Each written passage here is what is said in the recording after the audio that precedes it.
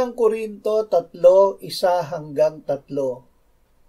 Subalit ako, mga kapatid, ay hindi makapagsalita sa inyo na tulad sa mga taong espiritual, kundi tulad sa mga makalaman, tulad sa mga sanggol kay Kristo. Pinainom ko kayo ng gatas at hindi ng matigas na pagkain, sapagkat hindi pa ninyo kaya ito. Hanggang ngayon ay hindi pa ninyo kaya, sapagkat kayo ay makalaman pa. Sapagkat habang sa inyo'y may mga paninibugho at mga pagtatalo, hindi ba kayo'y makalaban at kayo'y lumalakad ayon sa pamantayan ng mga tao? Ang sanggol kay Kristo. Ang sanggol kay Kristo ay anak na ng Diyos dahil ipinanganak na muli ng Espiritu Santo.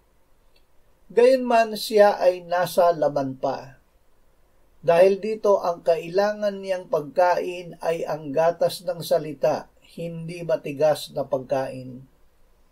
Gagamitin ng Espiritu Santo ang salita ng Diyos upang kitlin ang mga gawa ng laman, upang ang anak ng Diyos ay mabuhay, lumaki at lumakas sa Espiritu. Sa pamamagitan ng Espiritu Santo ay ipapako sa krus ng mga na kay Kristo Jesus ang kanilang laman, kasama ang masasamang pagnanasa at mga kahalayan nito. Dahil sila ay nabubuhay sa Espiritu, sila ay lalakad sa patnubay ng Espiritu.